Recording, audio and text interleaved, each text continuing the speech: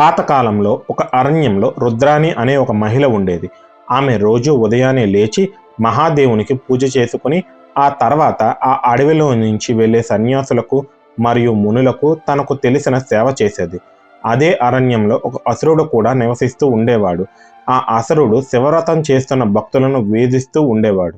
ఒకసారి ఆ రాక్షసుడు ఆ అరణ్యంలో సంచరిస్తున్న కొంతమంది సన్యాసులను బంధించి వారికి తినడానికి ఏమీ ఇవ్వకుండా బాధ పెట్టేవాడు.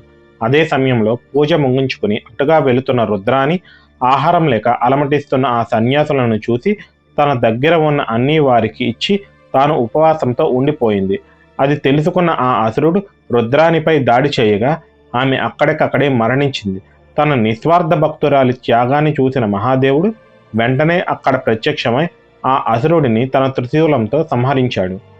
మరణించే ముందు ఆ అసురుడు నా రక్తం పడిన చోట విషపూరిత మొక్కలు పుడతాయి అని శపించడంతో ఆ అసురుడు రక్తం పడిన ప్రాంతంలో విషపు మొక్కలు పెరగడం ప్రారంభించాయి.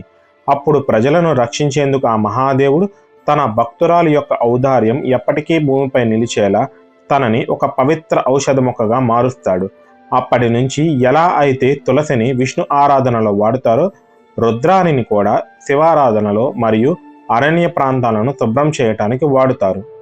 రుద్రాణి మొక్క పెరిగిన చోట విషమై ఉన్న మట్టి కూడా ఔషధ గుణం పొందుతుందని చెబుతూ ఉంటారు.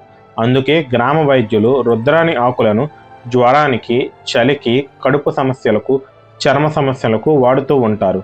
అంతేకాకుండా పల్లెల్లో తమ ఇంటి దగ్గర రుద్రాణి మొక్కను నాటితే అశుభం దూరం అవుతుందని మరియు శివాలయాల దగ్గర నాటితే రక్షణ కలుగుతుందని ప్రజలు నమ్ముతారు.